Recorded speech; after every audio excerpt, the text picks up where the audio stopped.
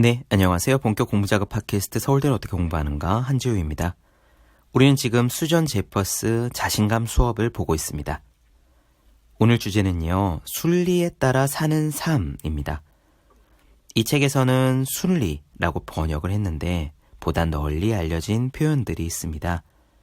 교회나 성당을 다니시는 분들이라면 주님 뜻대로 하옵소서가 될 거고요. 절에 다니시는 분이라면 인연 따라 사는 삶이 될 겁니다. 그리고 종교가 없다고 하시는 분들이라면 노자가 말했듯 물 흐르듯 사는 삶, 무의 자연의 삶, 혹은 서렌더, 내려놓음이 될 수 있겠죠. 이 방송을 오랫동안 들어오신 분들이라면 마이클 싱어의 가르침, 내려놓기 실험을 기억하실 겁니다. 또 최근에 나눠드린 에크하르트 톨레의 삶으로 다시 떠오르기에도 그런 구절이 있었어요.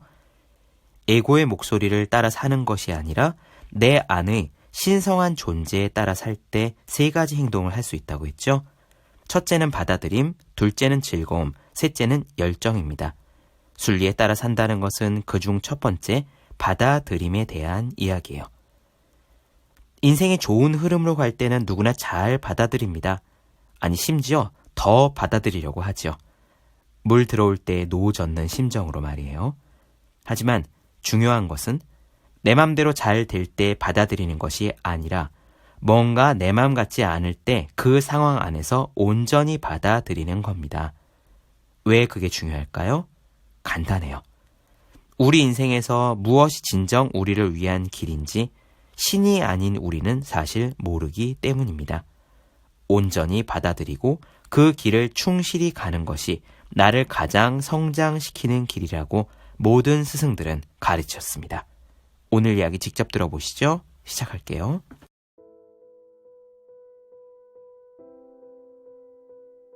나의 훌륭한 스승인 제닛 주커만은 상황을 불평하는 사람들을 보면 이렇게 말했다. 두려움을 극복하려면 순리대로 해야 해. 그 말이 무슨 뜻인지 물었더니 그녀가 대답했다. 간단하다. 무슨 일이 일어나든 노가 아니라 예스를 말하라는 거야. 그렇다. 순리란 우리 의지와는 무관하게 세상을 움직이는 힘이다. 그 힘은 스스로 움직이면서 우리 기대와는 다른 방향으로 흘러갈 수 있다. 순리란 우리가 통제할 수 없는 흐름이다. 우리가 어떤 계획을 세워도 순리로 인해 뜻밖의 사건이 일어나고 모든 것이 변해버릴 수 있다. 종종 우리가 최악을 상상하며 두려워하는 이유는 예기치 못한 상황이 일어날 가능성 때문이다. 그럴 때는 이 말을 기억하라. 예스, 좋아. 순리를 따르라는 말은 곧 삶이 우리에게 주는 것들을 받아들이라는 말이다. 저항을 버리고 상황이 제시하는 가능성을 새로운 관점으로 바라보라는 것이다. 긴장을 풀고 상황을 차분히 바라보면 불안과 걱정에서 벗어날 수 있다.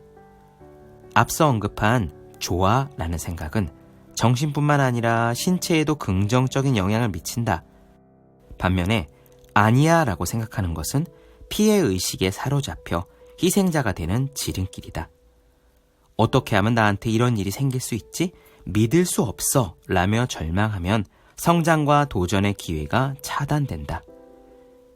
긴장, 피로, 에너지 고갈, 정서 불안 등의 감정을 불러일으킨다. 더 나쁜 경우는 그런 일에 대해서 무감각해졌어. 나는 감당 못해. 더 이상은 안 돼. 희망이 없어. 라고 생각하는 것이다. 좋아 라고 생각해야 희망이 생긴다. 좋아 라는 생각은 좌절을 이겨내는 해독제일 뿐만 아니라 뿌리 깊은 두려움을 사라지게 하는 기적의 치료제다. 찰스의 예를 들어보자. 그는 뉴욕 빈민가에서 태어났다. 터프가이로 자랐는데 어느 날 거리에서 싸움이 붙어 총상을 입었다. 총에 맞고 척추가 부러져 하반신이 마비됐다. 내가 찰스를 만났을 때 그는 재활 훈련을 마치고 플로팅 병원에서 일자리를 찾고 있었다. 아이들이 자신처럼 실수를 저지르지 않도록 교화하는 일을 하고 싶어 했다. 그는 나와 함께 일하면서 주변 사람들을 감동시켰다. 하루는 강의실에 들어갔는데 찰스가 아이들에게 둘러싸여 있었다. 어린아이들이 장애인을 보고 쏟아내는 질문에 일일이 답을 해주고 있었다. 아이들은 마구 물었다. 걸어다니지 못하면 어떤 기분이 들어요? 휠체어를 탄 사람에게는 어떻게 대해야 해요? 화장실에는 어떻게 가세요? 찰스는 아이들에게 말하기를 장애인이 무엇을 가장 원할 것 같냐 라고 말했다. 한 아이가 대답했다. 친구요. 찰스는 맞다고 답했다. 그러자 모든 아이들이 뛰어 올라가서 그를 껴안으며 소리쳤다.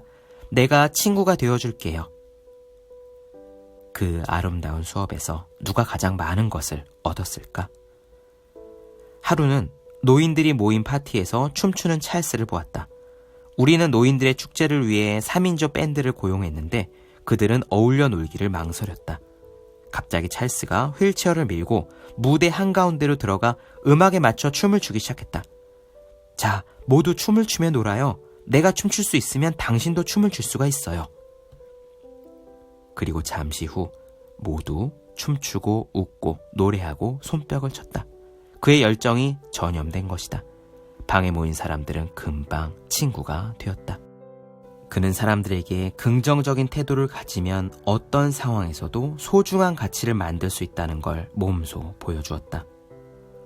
나는 찰스와 여러 번 대화를 했다. 그는 불구가 되고 나서 처음에는 모든 희망과 의지를 잃었다고 고백했다. 굉장히 터프하던 제가 대소변도 혼자 해결하지 못하고 걷지도 못한다는 걸 쉽게 받아들이긴 힘들었죠. 그러나 어느 순간 그는 자신의 상황을 고스란히 받아들이기도 했다. 그러자 전에는 생각지도 못했던 기회들이 열렸다. 그는 삶의 의미를 찾았다. 그것은 시련을 겪는 사람들을 돕는 것이었다. 그가 할 수 있다면 사람들도 할 수 있다는 것을 보여주고 싶었다. 찰스는 내게 이제 장애인이 된 것을 감사한다고 말했다. 왜냐하면 덕분에 세상에 정말 소중하고 많은 기여를 할 수 있게 되었으니까. 사고 전의 찰스는 삶의 의미를 생각해 본 적이 없었다. 그러나 그는 이제 오히려 사고 전의 자신이 더 큰 장애를 갖고 있었다는 것을 깨달았다. 내가 순리에 따르라는 이야기를 하자 한 학생이 흥미로운 질문을 했다. 항상 순리에 따르면 모든 고통을 피할 수 있나요? 나는 잠시 생각한 뒤에 그럴 수는 없다고 대답했다. 고통은 불가피하다.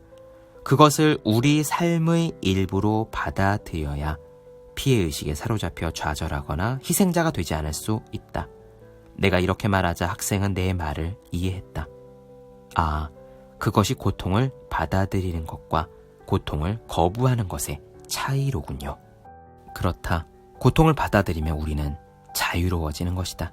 한 친구가 빅터 프랭클의 죽음의 수용소에서라는 책을 나에게 주면서 말했다. 너는 이 책을 꼭 한번 읽어봐야만 할 것 같아. 친구가 내게 알려주려 한 것이 무엇이었는지 궁금해 책장을 한 장씩 넘겨가며 읽기 시작했다. 눈물이 났다. 하지만 계속 읽으면서 마음이 가벼워졌다. 프랭클은 다음과 같이 썼다. 수용소 생활은 인간이 어떤 상황에서도 스스로 선택해서 행동할 수 있다는 것을 보여주었다. 우리는 그곳에서 냉소적인 태도를 극복하고 불안감을 다스릴 수 있다는 것을 증명하는 영웅적인 행동들을 종종 볼 수 있었다. 우리는 수용소의 막사를 돌아다니면서 다른 사람들을 위로하고 마지막 남은 빵까지 나누어 주었던 사람들을 기억한다. 그런 사람들이 많지는 않았지만 그들은 인간에게서 모든 것을 빼앗겨도 한 가지만은 앗아갈 수 없다는 것을 보여주었다. 어떤 상황에서도 인간에게는 스스로 자신의 길을 선택할 자유가 있다. 그랬다. 나는 책을 덮으며 내 안에 어떤 변화가 일어나는 것을 느꼈다. 앞으로는 살면서 크게 두려워할 일이 없을 것 같았다. 프랭클이 수용소 같은 환경에서조차 긍정적인 무언가를 창조했으니 나 역시 어떤 상황에서도 가치를 창조할 수 있을 거라는 생각이 들었다. 스스로 선택할 수 있다는 사실을 항상 의식하기만 하면 말이다. 세상은 우리 마음대로 할 수 없지만 세상에 대한 반응은 우리 마음대로 할 수 있다. 순리를 따르면 두려움을 줄일 수 있을 뿐만 아니라 삶의 의미도 찾을 수 있다.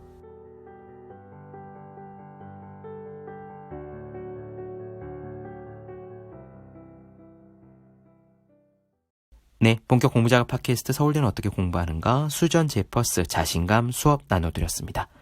더 많은 이야기가 궁금하신 분들은 제 유튜브 채널 제우의 서재, 네이버 블로그 어생의 즐거운 편지, 카카오 브런치 한주의 브런치, 인스타그램에서 해시태그 제우의 서재 검색해 주시면 좋겠습니다. 또 해야 하는 일과 하고 싶은 일 사이에서 고민하며 쓴 첫 번째 에세이 노력이라 쓰고 버티기라 읽는 공부하시는 모든 분들을 위해 어떻게 공부하는 게 효과적인지 설명한 혼자 하는 공부의 정석, 책상에 올려두기만 해도 공부하고 싶어지는 365 홍콩 캘린더, 아직 읽지 않으셨다면 꼭 한번 읽어보셨으면 좋겠습니다. 그럼 오늘 여기까지 할게요. 전 다음 시간에 뵙겠습니다. 여러분 모두 열심히 공부하십시오. 저도 열심히 하겠습니다.